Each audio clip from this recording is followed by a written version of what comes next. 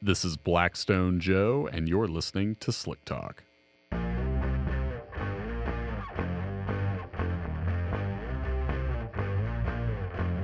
If I say I'm an oil man, you will agree.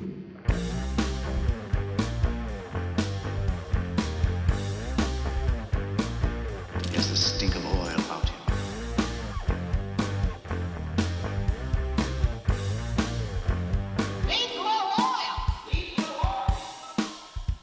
Hello, and welcome to episode 143 of Slick Talk. I am your host, Blackstone Joe, and I'm glad you're here. Oil analysis is really a Q&A type of business. Sometimes those questions are direct, and sometimes they're implied. A direct question would be, are my bearings failing?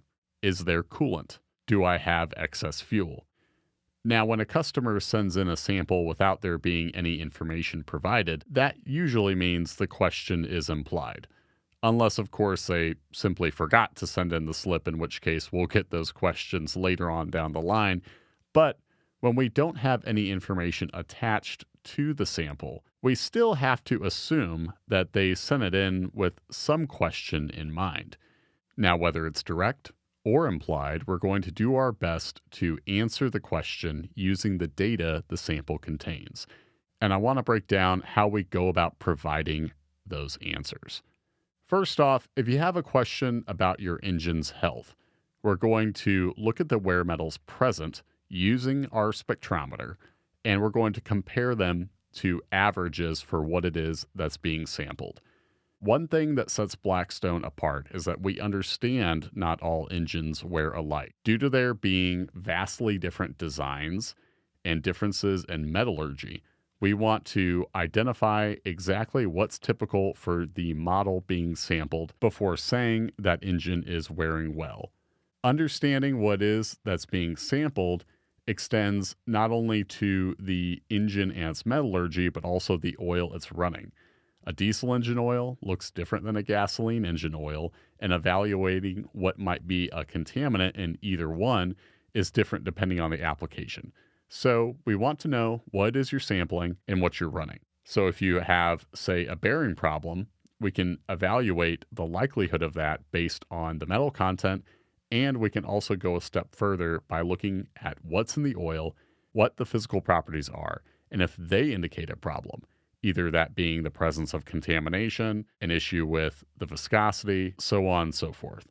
Speaking of contamination, we're also going to look for that in the spectral analysis and in the physical testing that we do.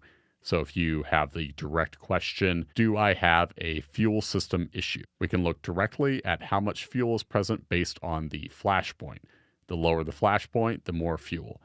If you're looking for coolant, we're going to look at the elements potassium and sodium, as well as check for the presence of actual moisture. And from there, we'll see how it's impacting the sample. Questions that are of the direct nature are going to get direct treatment in the sense that we are going to lead off the comment by explaining exactly what we found and whether or not that confirms the presence or lack thereof of any particular issue, especially what it is you have interest in. And we know if there's interest in a particular element or test based off what you provide on the oil information slip. The slip is where you tell us not only what it is you're sampling, but what you're hoping to know. So every time an analyst is going to evaluate your sample, we're going to look not only at what is present in the oil, but what is present on the paperwork that you have provided, and match the two together. If we do not have the answer to one of your questions, we'll let you know. Some problems have explanations that are simply beyond the scope of what a lab report can provide. And if that's the case, we'll let you know. However, using a standard analysis can at the very least rule out potential suspects, whether that be coolant, fuel, excess dirt, and of course, if the engine is wearing well. Because even when some problems exist, they won't always cause a motor to wear poorly. Knowing what's going on inside the motor can be of great use, even if that means you have to deal with an external component, for example. Now onto the business of implied questions.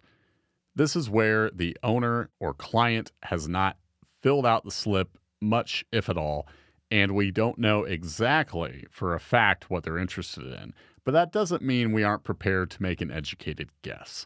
So we need to go not just in terms of what the data gives us, but rely on the equipment that's being sampled, look at common concerns associated with that particular model. Maybe there's a recall, so on and so forth. And of course, rely on the data as well in terms of what's there and whether or not it's a problem that's developed enough to the point where it's likely the owner is sampling to confirm the presence of an issue.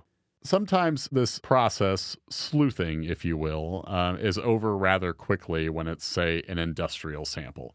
If someone's sending in a sample that's from a factory of some kind, if it's equipment that is utilizing a very expensive gear lube, that would be a whole lot of money to change a system with a large capacity, let's say. It's safe to assume they mainly need to know whether or not it's just oil that's in serviceable condition.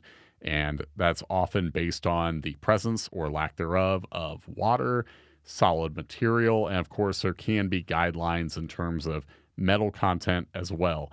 So if it's a factory type situation and we know that it is a gear lube being sampled based on how the oil looks in testing, often the implied question is just, can I keep running the oil?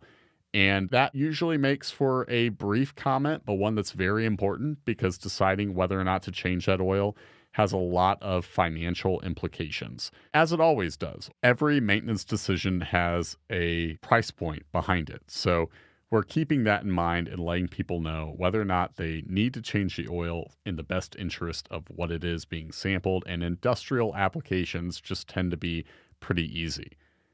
Now, if it's an engine that's being sampled and there's no clue whatsoever, such as pre-buy or inspection, in which case you generally just want to give a grand overview of how things look, and that will typically cover the basis for them. But if it's an engine oil and we don't really know much beyond that, hopefully we know the model at least, let's say, because if it's a BMW M Series, we know that we get a lot of business from online forums where people have found out that they can use oil analysis to check for bearing problems specifically. So in this case, the implied question is likely, how are my bearings doing? Due to it being an M series and us having so many years to look back on where customers were sending in samples thinking about that very problem. So building a comment off of the implied question, are my bearings doing okay, would be perfectly reasonable in that instance.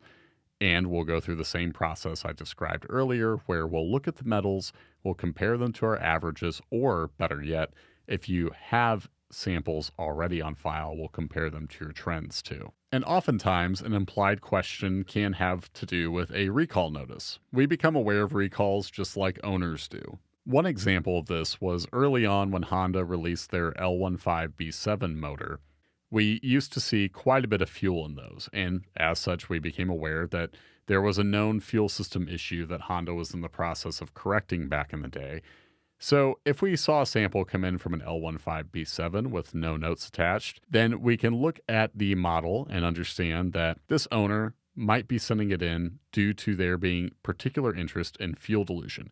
So that would be something I would be sure to address in the comment, even if there's nothing on the slip, because at the time we were getting so many samples in, it was a pretty good bet that that owner was interested in that very thing. So describing fuel, how we find it, whether or not there was any, if there was fuel, does it appear to be an amount that suggests an obvious problem, so on and so forth, would be another example of answering an implied question. One type of sample we'll also see a lot of would be a warranty sample. Someone sends in a claim, so the next question would be, what's wrong with this engine, if anything? What quote-unquote ruined it? In those cases, beyond a claim number, we typically won't see a whole lot of information on the slip, so our next play is to assume that they're trying to figure out if there's something wrong. Targeting contaminants is always going to be part of answering the implied question in this case, as well as looking to see if the oil matches the expected viscosity, as well as checking to see if the viscosity meets the spec noted on the slip. For example, a 0.20 viscosity being noted, while a 5W40, let's say, was written on the slip. That could speak to a particular concern, as it would in any other instance for an owner that wants to make sure the right oil is in use. Noting what's out of spec or simply reporting the data can often answer an implied question. However, a lot of this has to do with structuring the comment in a way that is most useful to the client themselves. And that's why knowing what is of interest is so important. We never want to bury the lead. That brings today's show to a close. If you have any questions about what oil analysis can determine and whether or not it can be helpful in targeting a specific problem, or if you simply want to know more about what we can find in testing from the metals to the additive elements to the physical properties, just give us a call or email. And as always, when you send in that slip, just let us know what you're interested in. We're always happy to do a little sleuthing and assume what you might want the answer to, but we like the direct approach as much as possible, letting you know what you need to keep that engine on the road and running well. This is Blackstone Joe, signing off.